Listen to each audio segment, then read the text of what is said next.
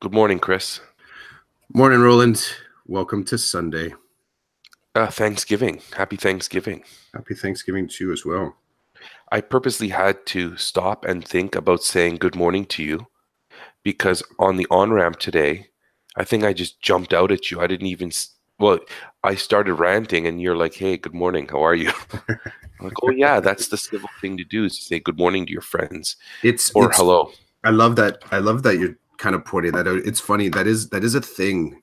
I don't know how it's become a thing about me that I always try and put some sort of salutation in, even if you look back, like on, let's say on yours, on my text string, or I know I'm constantly my someone at Pam that I used to work with, often she would hit hard with something like right away into the conversation, and I would almost feel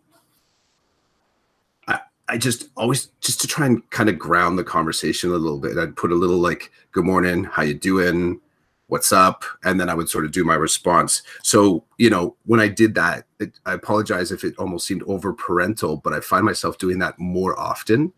I had a friend back when I was running restaurants named Sean, and Sean was he was a server in one of the restaurants I worked in, and he was notorious for stream of consciousness connectivity, where he would just come walking up beside you or behind you, and he'd already be in conversation mode, and you would wonder, is he, are you talking to me, Sean? Are you talking to me? He's like, yeah, and then he would just continue the conversation. I'm like, dude, I don't know where this conversation started. Like, I feel like it's just I moved into the scene and someone's talking to me. So yeah, I do that sometimes. Actually, I do it more frequently now. You Actually, know, I I've know of it. I've pissed people off by doing it, eh? I bet you have. and I so I'm conscious of that. And anybody in the past that I've ever said hello to when you've just started talking to me, I apologize. I apologize. As soon as you started to explain what you do and what you're known for, before you even said anything about the texts that we exchange, it's so true. I will dive into something and then you'll respond with, how's your morning going so far? And then you'll answer my questions or whatever. I'm like, oh God, here we go. I wrote down one word, civility. So it's almost like it's true. It does bring like a calmness. So when you say to me, oh, by the way, good morning, I after I've like just that. ranted, it does ground me a little bit and it brings it. I feel like a cassette tape. I rewind. I rewind. So I'll be playing, maybe fast forward. Hey, Chris, this is going on right now. Can you believe this or whatever? Can you believe so and so said that? And then you'll be like, by the way, good morning. And then I'll hear zzz, the rewind sound in my head, and I go back to the beginning. I'm like, oh, hey, Chris, how are you? And then I proceed. So yeah, when you said it, I thought of the word civility. There's something civil about it. It's nice. It's also, I have to say, a sign of comfort with another human. Maybe in my situation, I'm calling it comfort. There could be times where it could involve discomfort, like if I'm really going off and I walk into a room and I'm already ranting or whatever, I might just go to somebody and just jump in and not even say, hey, how are you? And then start. I might rip into them, and not in a negative way, but just be going, right? It's like you walk into a room and I'm already flying. I'm not going to stop myself and be like, good morning. So I can see it coming out of me two different ways. The first way is a familiarity with the person I'm communicating with. And the second way would be that I'm so pumped up, I'm so like out of focus that I'm just going off and it doesn't matter who's in front of me or what's going on. I can remember one of my first conversations that I had on squirrels was with Roy and Lee, and we were talking a little bit about how we what it was from his point of view, what social learning, or social learning, but social learning through media spaces. So he was addressing Twitter, he was addressing Insta, he was sort of talking about his blog, and he was talking about his kind of like not his philosophy. First was his observations of what those spaces represented. And initially he said it seemed like a great big party, like, you know, like there were just so many people and so many things going on. And just to be in the mix was kind of, that was the thing. And then he started to get to a point with it where he said when being in that space, he started to feel for him an obligation to be a positive player in that space. And he really recognized that there's two different layers of feeling there. You know, other people have kind of talking about, you know, if you're learning curve with Twitter, like it's okay to just like things, it's okay to lurk, like you can kind of be that person in the background. So he was kind of talking about that transition to participating fully in the community. And what I liked about his next step with it is that he said that as soon as he acknowledged that he was a part of the community, that he was a part of that space, it was no longer that strange party that you just arrive at, then he stepped one step further into how do I make that space better? How do I positively contribute to it? And, you know, we can do this as digital citizenship, or we could just say, as you said, civility and connectivity. And it's always given me a lot of thought fuel to consider how I operate in person and on digital. And it's funny, on digital, maybe you get this, tell me if you get this, is that to be civil on digital feels like does it take more work for you to be civil on digital or IRL? Digital, for sure, digital. I think it's maybe you don't want to hear why I think that, but yeah, no, throw down. I do feel on digital, I gotta write this down, on digital, it's easier for me to go off. And I think it's because there's no queuing systems on the other end. I can't tell I can't tell how a person is delivering their message because there's no body language, there's no like straight up tone that I can hear or my brain can decipher. None of that exists. So I feel like I interpret their message the way I interpret their message. I don't have, unless they have something in brackets that tells me this is not serious or I'm really angry or whatever, I don't know. But I try to remember what I teach my students and how I try to live my life, I guess, is that I don't know what's going on the other end, and I should remain as civil as possible and as professional as possible. But at the same time, there's a line where I think I've gotten a little testy with people, but I don't think it was testy to the point where I was being like a complete jerk. I think it was, or maybe you could call me a jerk, but that's as far as it goes. I'm not doing anything immoral or illegal or whatever. But I do find digital is more difficult just because I don't have the queuing systems. Also, I've had people say to me when I've gotten into discussions with Jonathan So, I consider Jonathan a friend of mine. And so when Jonathan comes at me with something, I'll go back at him. And people have said to me, "Oh my God, I saw that fight that you had with Jonathan on Twitter." I said, "Jonathan and I didn't fight. We don't fight. We were having a conversation. Maybe it was an argument, but a healthy one, not like a negative one." And it's funny because people, they're viewing a digital exchange and they're like, "Oh, Roland's really going at this guy. This guy's really going at Roland," when really the backstory is we know each other from in real life. I communicate with him often like I communicate with you. He's my friend. And so I feel comfortable doing that with him on Twitter or any other digital mean. So I'd like to hear your perspective on that. I don't know what to call this. I'm going to call it the IRL versus digital divide because I don't have anything else for it. It's part of what I think it is more difficult IRL, not digital, because I feel digitally I have the time to shape what I'm going to say. Like I almost feel like it's one of those funny things. I think often we talk about dealing digitally as a knee-jerk response. that you sort of, that sort of posting regret. But I actually feel like that I have the time to shape an answer. Now, I've also found that other individuals are not tolerant of waiting for an answer, and the conversation just moves on. So, you know, depending on what's being connected or being reflected or being broken down or being shared, tracking digital conversations to stay in the mode to get to an answer or something that you would feel like you've both worked on, or whoever it is you're talking to, is really difficult, only because the river just keeps on going. The one thing about in real life conversations is that you invest in the moment, but the person is generally right there in front of you.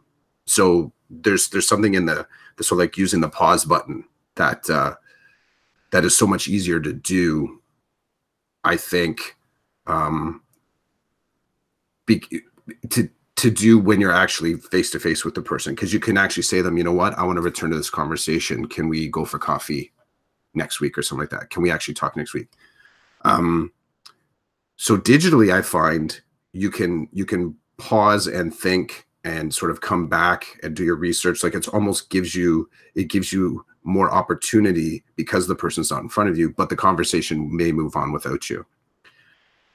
Something else that you had said, and I don't know if it was right at the front end of this, but it was when you first started talking about the civility factor that you were talking about, was that you right away queued me up with the sound effect of the like rewinding through a tape. One totally got me because it reminded me of, so when I was in university, part of my, so I did theater studies in university, and I really enjoyed the text side. I had to do the acting and the directing and the script writing, but I enjoyed more the tech side, sort of building sets, painting, construction, sound design, costume design. And I can remember the, using the multi-track tape player and that sound of, like hitting the switch and it playing back through something and playing it forward and then going backward and playing forward, trying to find the spot where you could actually dovetail the two, like if you're splicing and dovetailing it back together. So that sound right away totally queued me up. And I love it because I think that one of the interesting challenges in reflective practice with digital, I don't have a great way to say this, but we've lost the trigger of that sound effect, that something has just happened. Let me shape that a little bit. If I were listening to an audio track with the multi-track player, when I hit rewind, because the playhead is still in contact, there's some sort of a metaphor here, analogy, you got to help me with it. Because the playhead is still in contact with the actual tape, you hear the audio very quickly in reverse. Now, if you get skilled at it, you can actually stop it just in time. Like you kind of know, like, oh, that's where they laughed right there. And then you play forward from there. And I often, you've got me thinking about how with digital connections, it's really hard to play back that tone of humanity in the conversations. Like it's hard to sort of backtrack to the point of the feelings in the conversation and then play it forward and then kind of come back and play it forward. We have a lot of artifacts. We have a ton of artifacts because of our digital, our capacity to capture the, any sort of media we want at any given time. But I've often, I got to throw down another person. So Jen Apgar, she was talking to me about podcasting, and I said, podcasting for me is a way to reflect in real time with a person, because I'm not prone to go back through my tapes to be reflective. I kind of need to do it right now with the person in as best a synthesis of having the person in front of me and having the data happening at the same time.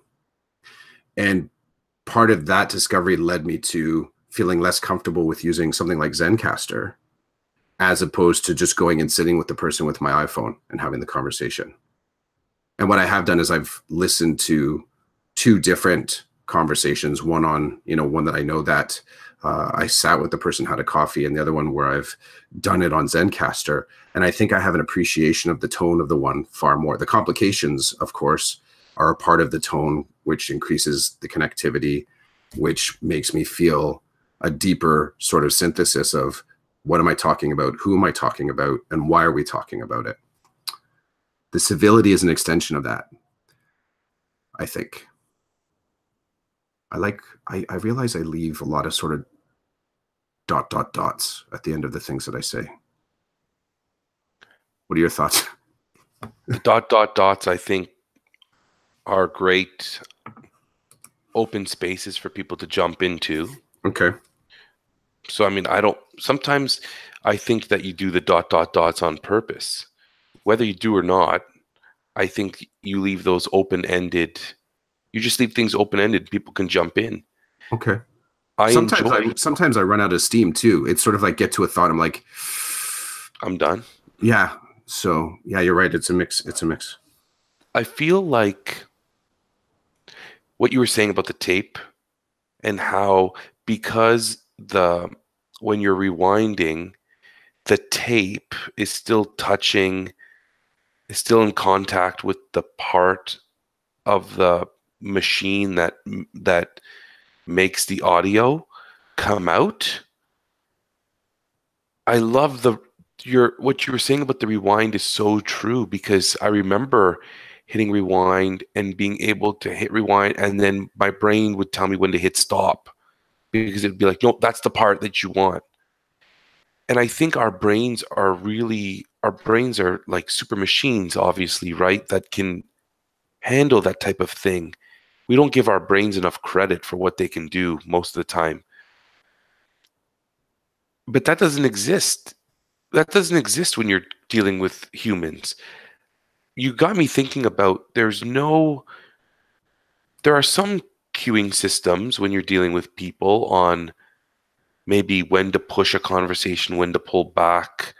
Some people don't have those filters. They don't understand. You could be crying because you just had something horrible happen to you, and someone will walk into your classroom and they'll ask you for the math textbook anyway. Right? Like, Yeah. you'll come in, they'll be crying, and you'll be crying, and they'll be like, "Oh, I'm just here for the math textbook." Okay, it's right over there. Even, I have to admit, sometimes I turn my filter off. If I walk into a classroom and there might be three people, one of them's crying, two of them are consoling them, there's a couple of things that I might do. The first one is I might look in and be like, "Oh dear, sorry, I'll come back later," and I turn around and leave. But if it's somebody who's constantly crying and constantly being consoled, I might walk in and say, "Oh, I'm sorry, I don't want to disturb you. I just need the textbook. I'm gonna grab it and go." Because it's like this happens so often that I'm just not canceling my life anymore because you're upset. But you're being consoled, so somebody's taking care of you. Somebody's helping you. I just need to help myself with this. And I guess that could be seen as me being like heartless. It could be seen a number of different ways. For me, it's about, I understand the queuing systems of that human now. And I guess we have a relationship where I can still walk in, grab the math textbook while they're crying and being consoled by another staff member. So I guess it's context. And sometimes we don't have that. Like when you meet a new person or you're in a new situation, you just don't have the context. And I would like to say most of the time I err on the side of caution and I back off. But there are times where I still come on strong. And I think that's strategic. Like sometimes in social situations, when it's called for to jump into something or to interrupt someone for a particular purpose, I back off on those moments because I feel like they're rude and I'll just wait my turn. But then there's other times where I just feel fed up. Like I need to get this done now. And I'm not waiting. I'm going to do this now. And then I do something that might be perceived as rude. It's all about context. And I think it's all about, for some people, there are filters for different things. And some people are more gifted at that than others. For me,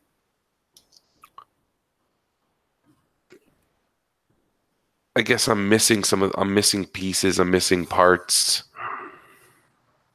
And I'm not really bothered by that. I'm just, you've got me thinking about it. I'm expressing it here. Mm-hmm. Something I noticed that I want to talk about. Okay. I've been working on today, so I think if my processing is a lot slower, there are many reasons to that, but one of them is that I'm trying to be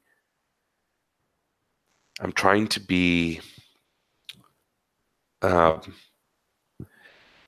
I'm trying not to use certain words when I speak, because Interesting. I was listening to the episode where I got to talk with Brad Schreffler on his podcast, Okay. and I saw lots of room for improvement in the way that I communicate on Walk, podcasts and just in general walk me when through I'm that. being. What is it? Can you be a little bit more specific? I say the word so a lot. I Hmm. use the word so as a filler, a time filler as I'm processing.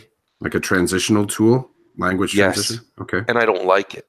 And I don't like it for a number of different reasons. One reason being is when I was in university and I worked for Carleton University, the person that was responsible for me, her name is Jen, she taught me how to speak properly in public.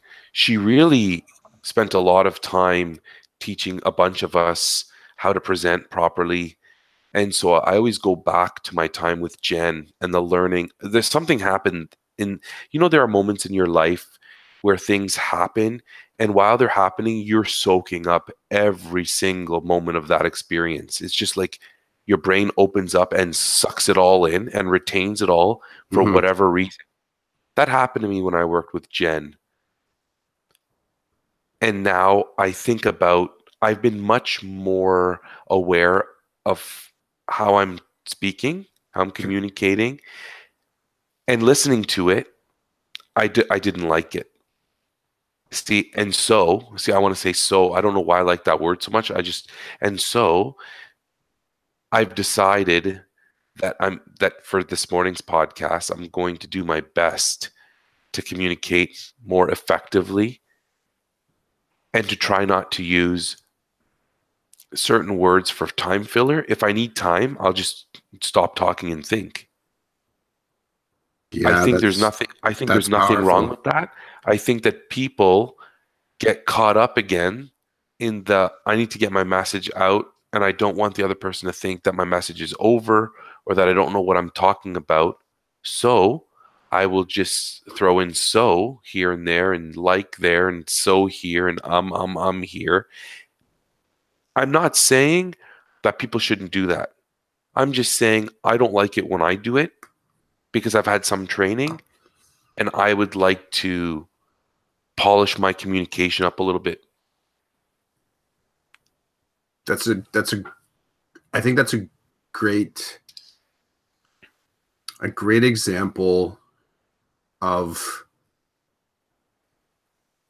exactly what I thought you and I are not doing here. Let me try and shape that.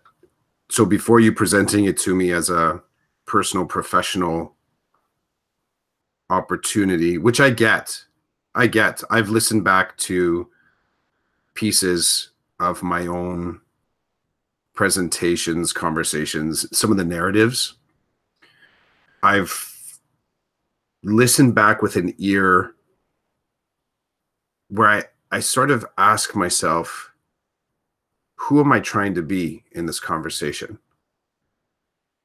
I've kind of brought it back to without first listening with the technical ear, as in you were too rambly, you didn't really have an organized idea that you're hanging that on, like all this stuff that would be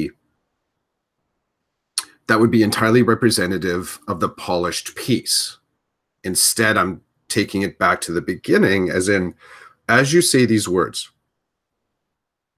who are you? Are you being you? Are you using the speech patterns that you're familiar with? Are you putting something on? Are you stretching to a place like you're less of you and let's say more of the guest or the person that you're talking with?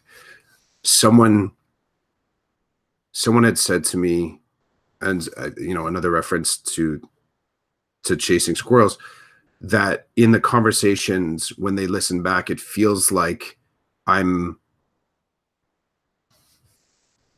that I'm sort of like taking on, synthesizing the person that I'm talking with and sort of dancing with them in time according to their lead. And I'm not aware of that. I'm not aware of that as I'm doing that. But I would say that I'm constantly checking, am I in step with the person that I'm talking to? And am I feeling genuinely absorptive? Like what you're saying, like, am I feel like I'm taking it in? And as I've found that as if I can check that, that can be distracting to a degree, I will tell you as well, because then you inevitably fall out of the conversation. But when I do check in, that's my litmus. I love what you said about finding that person that you feel, and I don't know if it's about the person or if it's about you. Let's say it's about the moment that happens between the two of you, where you feel like you are really, you're soaking it up and it feels rich and it feels like you're getting some of that source code stuff that you're going to move forward with.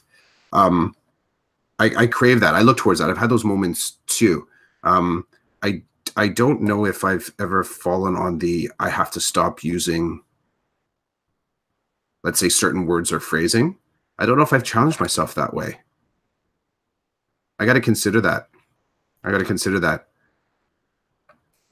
just don't like it. Are you aware of it as you're talking? Like, do you even, no? right?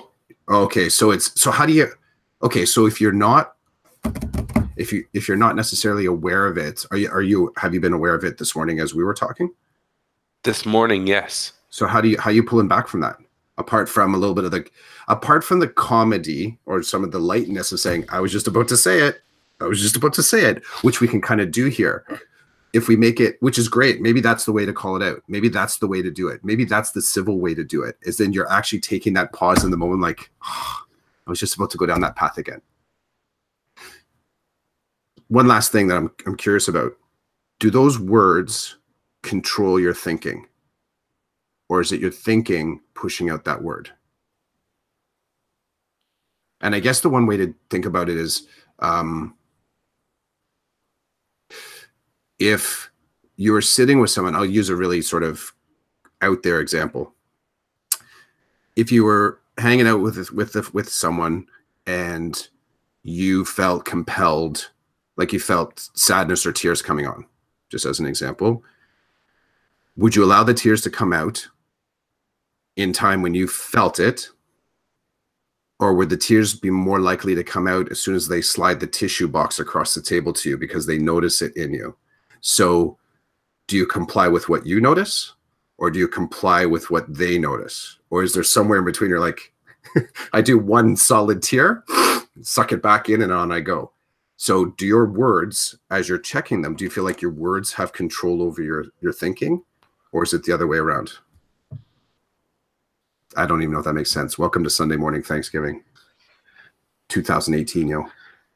The first thing is that you're not going to see a tear come from me.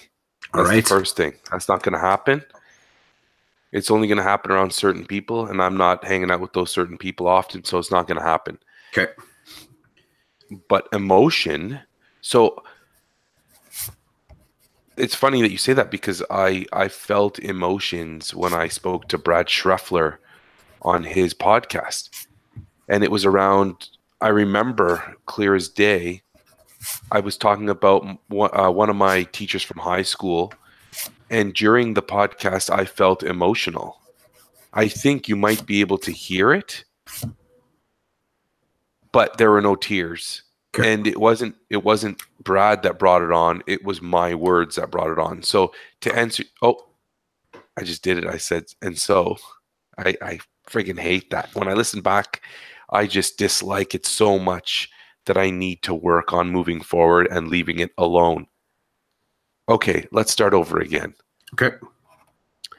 It's my words that bring on the emotion, not the person passing the Kleenex box to me, number one. Number two, it's going to be rare for you to find me dropping a tear in a conversation, because I've always been guarded that way, if you will. It's just the way I grew up. It's who I am. I will fight back the emotions unless I'm very comfortable with the person that I'm talking to, like even with you, you and I are buddies. You know a little bit about my life. I know a little bit about your life, and so I've probably exposed certain things to you about my inner world that other people would have no idea is going on.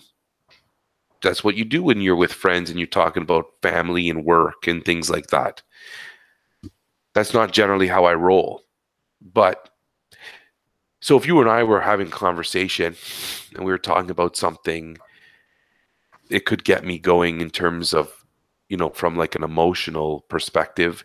And there could be emotion that is displayed in crying or getting choked up. But I We would could call say, it, I think call it out as, I mean, I focused on the tears because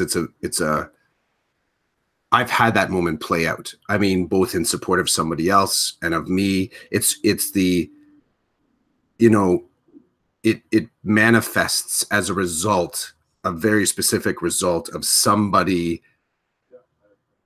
doing something. Does that make sense? Like, it's very specific, and just the sliding of the tissue box is I think it's a visual that someone has either witnessed or whatever, and then it just like it falls out.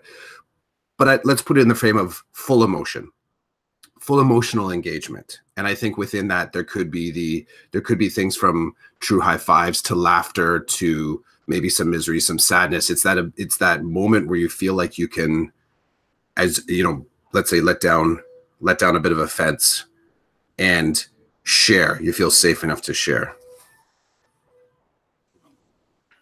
that doesn't happen to me. No? The positive, okay, I'm already giving it names. The fun part of emotion, the laughing and like the happy part, the happy stuff, that's no problem. I will engage that with anybody. In fact, it happened at work last week. I was talking to a colleague about I don't know what to call it, situations in life where you are at your most you're at your most vulnerable state in front of others, and what happens is that you decide that there's no escaping the situation you're in, and therefore you just have to laugh, and you do it because there's no other option except cry. And for me, we know that the crying is not an option, so it's always going to be the laughter. That'll happen automatic. The emotional, the other end of that spectrum, where you show emotion that some might perceive as weakness or a vulnerability, that doesn't happen with me with strangers. And if it does, it's because we're in a situation, a safe situation. And the only example I can think of is when I was taking leadership courses through the school board. There was this amazing program that they had years ago, and basically they brought a group of 15 of us together, and it was a retreat style. And it was done over, 6 sessions over a school year where we'd spend a whole Friday together and then half of a Saturday, and we'd be in this really cool space. We had this really awesome facilitator who was trained in facilitating people, um, exercising, discernment in leadership and things like that. And so that crew that I was with, they got to see a side of me that a lot of people don't ever get to see, because the ground rules were simple. Like, this lives here, this stays here. The only way this works, the only way that we can produce something here and for you to grow, is for everybody to feel good about what's happening, and that we're not judging each other based on responses to questions or the way we treat each other depending on the moment. And I bought into that 100%. And I remember thinking, I'm in 100. Here you go. I'm so happy to be here. I'm so honored to have this opportunity. My brain is open. I'm ready to suck everything in and hold it. What's come from that is an amazing connections with people. So right now, my vice principal at my school, her and I went through this program years ago. And so when I see her every day and we're just chewing the fat and just talking about life or whatever, I have a different relationship with her than I do with a lot of people in the building, because her and I spent, 6 sessions in a situation, and a context where everything was wide open, and we were there to learn, and we were there to communicate, and everything that happened there stayed there. And I truly believe that all the people I participated with took that seriously. Now, if they didn't, let's say, one day I meet someone, they tell me something that someone told them that only I shared at that opportunity, that course, well, then, I I would say to the person who leaked the information, this is on you. Like, how do you live with yourself? We made promises. We agreed to the norms of the group, and you went out and you let this out. Like, for me, there's some shame there for that person, that there's no, I can't do anything. I left myself wide open and somebody broke that trust. I know that if I've done that, it's devastating to me, because I actually believe in those situations. I take those moments very seriously. Anyway, that's just like so for me, there are times where I will open myself up in a way that I wouldn't normally. And I've done that in situations where I've been part of groups that are formed for particular purposes.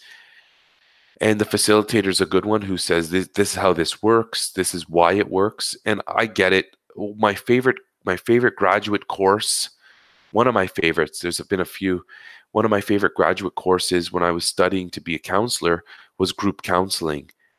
And part of that experience was that we had to do group counseling to learn group counseling.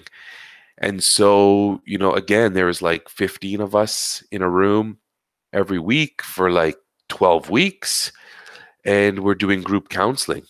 And so how can you not let your guard down? How can you not? I mean, in my belief is to really understand it, to really benefit from it and be able to help others benefit, you really have to open up. And it's funny because I'm like an enigma. I'm telling you right now, I don't open up to anybody. But then in these situations, the doors are wide open. Like, I'm like a Jeep YJ. I just take the doors right out. There's no roof. It's just like you can see right into me. You can see what I'm about, the good and the bad. And that's it. At the end of an experience like that, I put the doors back on, put the roof back on. I even take the Jeep and stick it in the garage for half the year, and you just don't see it, because that's not what I'm about. I don't even think we needed to go there, but I went there because I feel okay here doing it. This is the cool thing about this podcast. Sometimes I say things on the podcast that I would never say to anybody else, but this is recorded, and I even push it out. And it's like, if people want to know, they can come and listen or watch. That's got to be a phenomenon somebody's been studying or has to study. How something like this for someone like me will allow me to say things like I'm talking to you. I'm fully aware that what we're doing here is available to anyone and everyone in the world if they want to see it and hear it. And yet I'm still talking about things that I would never say to someone face to face. That goes for the DeCodEd videos too. Those videos, I had a friend say to me the other day, he watched some of them with his girlfriend. He's like, by the way, I watched the yellow folders video. That was awesome. And I looked at him with a look of shock. The look was, but that was in me. How did you know that? How did you know my struggle with the yellow folders? Like, it's almost like I told you something, Clough, and then you told someone that you shouldn't have told. But he's like, I saw them on your YouTube channel. I'm like, oh yeah, those are on my YouTube channel. You know what I mean? I don't know. Something's going on there. I don't know what you call it or where it comes from, but that's why I think that's maybe why I'm drawn to podcasting, to making the videos, because I feel like I can actually speak about who I am, what I'm thinking, what I'm feeling, and feel no shame about it. I feel no shame about what I've spoken about today.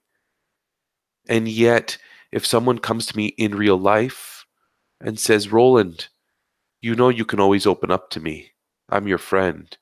I'd be devastated. I'd look at them and say, why are you talking to me like this? What? What's going on? I'm not letting you into my inner circle. Why are you opening the gate and walking into my inner circle? And then they'll say, oh, I saw it on YouTube. Oh, shoot. That's right. You did, because I put it there. That's what it's like, that moment, because you're replaying the media moments that you've willingly shared out. Not you, everyone that I think is tracking the humanity in the posts that they put out. I think it's also probably, it speaks to what I was saying before about, I feel like when I have the time to think it out and to respond within a Twitter chat. Twitter chats are a bad example because it's such like, it's the Autobahn of EDU conversations. Being able to sort of like shape your response, not to an artificial end, but to that space where you feel like you're actually in touch with your response. It's not just something that you're putting in, you know, the bottle and letting it float out on the ocean and hope. I often find that the more I push myself to be intentional in not, let's say, not only my own reflection, my reflective practice, whatever that might be, but the more intentional I am in trying to build that connection, then I feel that even if I'm going to piss somebody off, I feel like I'm in step with what should be put out into social media. I think the funny part that still plays into this is the forgetting, and the forgetting of, yeah, I did have that conversation, and it was great when I was talking to that person, and I was in the moment when I was talking with that person. Somebody else gets the opportunity to engage with that content. I guess the surprise comes down to that for me, it's about, I was so connected to the moment that you start to forget that other people could be listening. And when someone comments on it, it brings forth that, wait, was that just the authenticity masks the fact that you were doing it in open spaces. So digital open spaces, if you decide to do that, and someone commenting it or mentioning it draws in that same kind of strange emotional response. Like, how did you find out about that? How did you know? And you have to go through your own memories. Oh yeah, I did do that on YouTube. I did. Yeah, I guess. And if you're saying it's authentic and connected, then okay, I guess it was. I was in the moment, so I guess it was authentic to a degree. I've had a few of those too, a few of those moments where someone addresses the conversation, and I forget a little bit. I had mentioned before the 25th hour. I don't know if we're going to get much time to be able to shape the 25th hour. Are we gonna have any time to jump on that? I have time. I mean, we're still, it looks like 9 minutes before we normally shut off, but I'm open to, I don't know what your schedule is. Mine's wide open right now. So I think I did it again. I think that you're going to become like the most intense conversationalist like I've ever met. The words just like saturated with intention. I'm going to walk away feeling like dude just grabbed a hold of my soul and just wouldn't let go for an hour. I think I got family. Let's do it. Let's go. Let's, you want to play with it for 10 minutes? I'm kind of listening to Upstairs. So here you go, you know, DeCodEd fans, the life of the life flows around this podcast in vivid and powerful ways. So with it being Thanksgiving, family is coming for a breakfast thing. So let's do this. What did that so we had a little bit of the convo in the on-ramp about 25th hour. What you got for that? Okay, so let's drop a little bit of context. So you and I were talking before we started the podcast about our lives and just how busy this week has been. And that was the key. We were talking about how busy we are. And you said that you wish that you could find the 25th hour in the day so that you could get more stuff done. And then I joked about there's a difference between cool busy and real busy, and that we're not cool busy. We're not walking around telling our friends and telling our coworkers, oh my God, I'm so busy. I can't do this and I can't do that. That's what I call cool busy. We're not cool busy, and we both need the 25th hour. I was saying how I was sick this week. There's no time to take any time off work, number one. Number two, life has to go on. My kid has to get to hockey. My other kid had some stuff to do. My wife has a life. I don't really have a life. Like, I like to go to hockey with my son, and I like to do things with my family, and I have my work. That's my life, and it's taking up all my time. If there was a 25th hour, now I'm thinking, Chris, would we just burn it up with something else, or would we actually use it for something productive? And the word productive needs to be defined, and I'm not going to do that. But what I am going to say is, as you and I were talking about our busy lives, I threw in some salt and pepper, and you decided to throw some shade on me because I was talking about, making videos for my kids' hockey team. And then you started laughing, and you're like, well, some people would say that, that's you peppering your life with busy work, and you're not complaining, but you're talking about how busy you are, but you're choosing to insert stuff into your day that are not directly related to productivity in a professional way.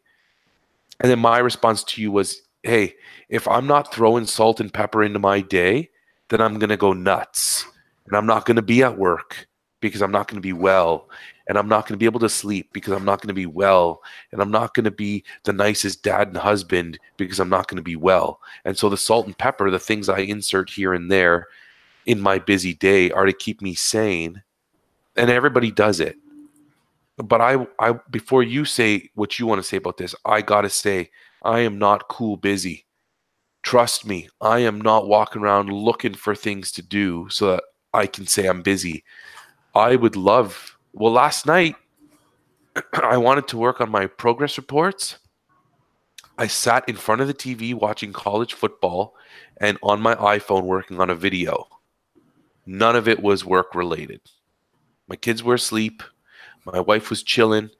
I decided I'm watching college football because I need a little bit of that, and I'm going to work on this video. So I was multitasking, but doing things that I needed to do so that maybe today, after we're done, I can bang out some progress report stuff before we have hockey and the big meal.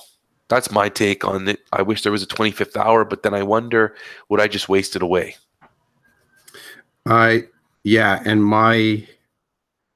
I think my space was the remarking, like, somehow if I had that extra space, like it would be purposeful. You know what it is? It's the chasing the dragon thing. It's like somehow believing that if there was more time, kind of what you're saying, if there was more time, more would get done.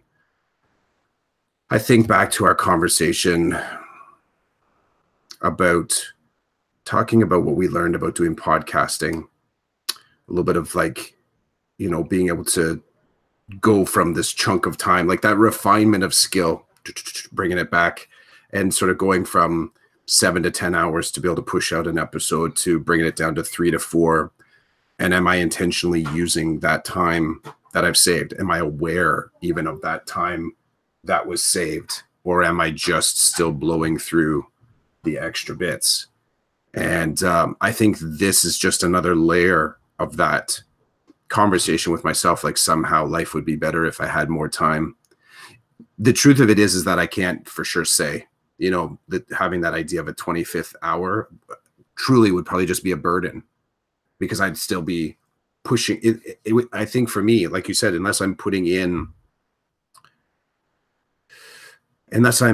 actually putting in the large set pieces of what I want to have there. And a big part of the 24 hours is taken up with the obligatory things like work, like, there's a whole lot of stuff, work, taking care of family, all these other sort of things that are major set pieces.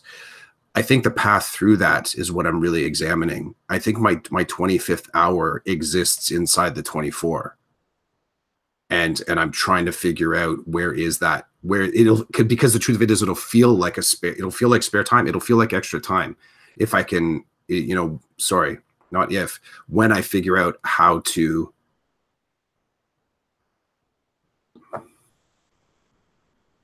get a better handle on directing my time, I guess.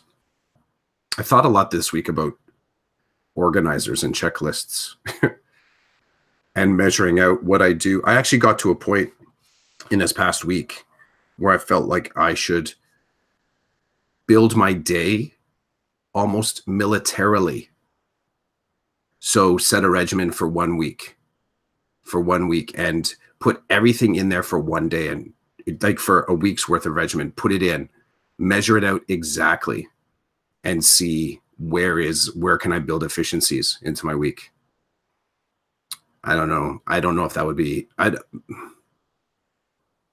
don't know how it even occurred to me. I know how it occurred to me. I was listening to a podcast and they're talking about the military and how some people do very well with that type of a regimen, up and moving and active and doing deployed, actioning, all these sort of very technical language to really, I'm like, I want to live my week effectively. So I don't know. Maybe that's what I'll do. Maybe that for next week, that's what I'm going to be. I'm going to be looking for that 25th hour inside the 24.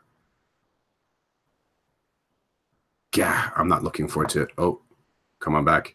Did you unmute?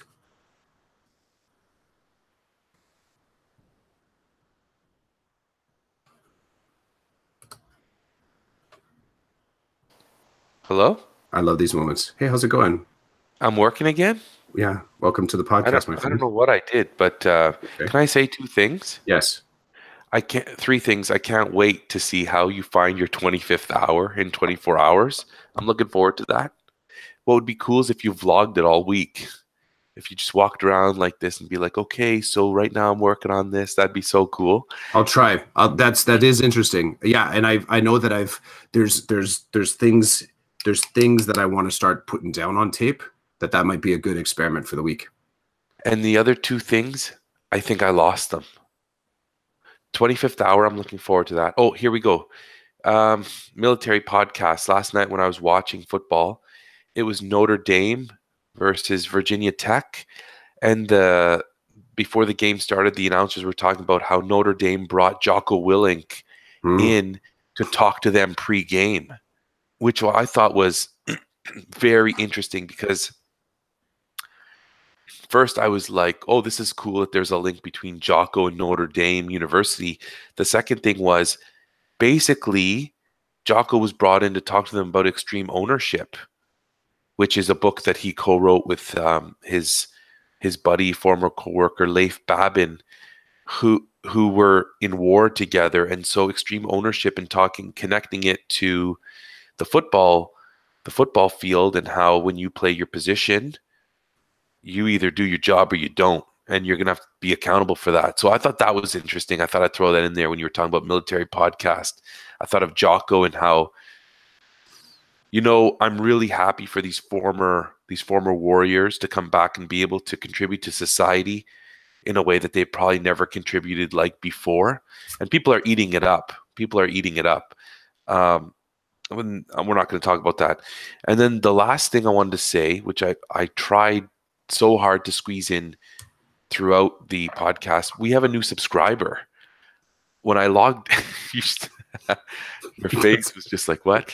We have a new subscriber. So when I was emailing, welcome, subscriber. Well, yes, and let's drop her name. So her name is Milane Brassard. She's, I think I've seen the name on Twitter. I'm sure we follow her. She follows us. She's probably connected to Sarah Lalonde. All right. This is all, I'm making assumptions. I'm sorry, Milane. I've not researched you yet. I probably won't. The name looks like I've seen it from On Ed Mentors and stuff like that. Okay. But I got the email that we have a new subscriber. So welcome. And you're like welcome, Elaine. Reach out to us. The 4th or 5th person. I don't know. And it's funny because I'm thinking that, one day we'll have, 10 million subscribers. And I will have stopped saying hello to our subscribers maybe after the 100th. Until then, the lucky, 100 people that subscribe, we will make sure to say hello to you and thank you for subscribing. That's awesome. I like it. That's pretty cool, actually. I'm happy to include more people in this conversation. Anyone that wants to throw us their thoughts, there's space. There's space. There's a 25th hour in this podcast. No, nobody wants to jump into this podcast. Okay, Chris. Okay. Why do you think? Okay, I want you to close on this because, yeah, like I said, I think I hear some rustling upstairs. I love that statement. Why is it that you think that? Because people have lives and they're not going to spend it. I wasn't expecting this. I wasn't expecting that. Yeah. This is the Chidiac Clough experiment, which has gone wrong because it continues. And I love it. I think it's great. It's great to connect. It's great to model for others. It's great to have some content out there. It's a wonderful way for people to approach me and say, hey, I heard about such and such. And then I look at them and I think, how do you know that? Oh, from the podcast. Mm-hmm. Or someone said, listen to this. And it was you, Roland. Uh-huh. Okay. On that note, Chris, have a great Thanksgiving day. Enjoy your time with your family. I'm looking forward to doing this again next week if that's the way our weeks play out. Mm-hmm. I always believe it will, but I'm always mobile enough when we got stuff. So yeah, because shout out to you from yesterday. I think I texted you Friday night and I said Saturday's a no-go because I got this, and this, and I can barely squeeze those things in. So you just wrote back and said, let's do it. Sunday's good. Let's do it. Okay, here we are. We got this space. Here's our 25th hour. Here it is. Okay, well. Still marketing that. That's our t-shirt. Another one of those t-shirts. 25-hour work week. Yeah. I'll wear it if you pay for it. Okay, that's a good way to say it. All right, dude. Take care of you and yours. Happy Thanksgiving. Happy Thanksgiving to whomever is listening. And same to you. Take care, man. Yeah.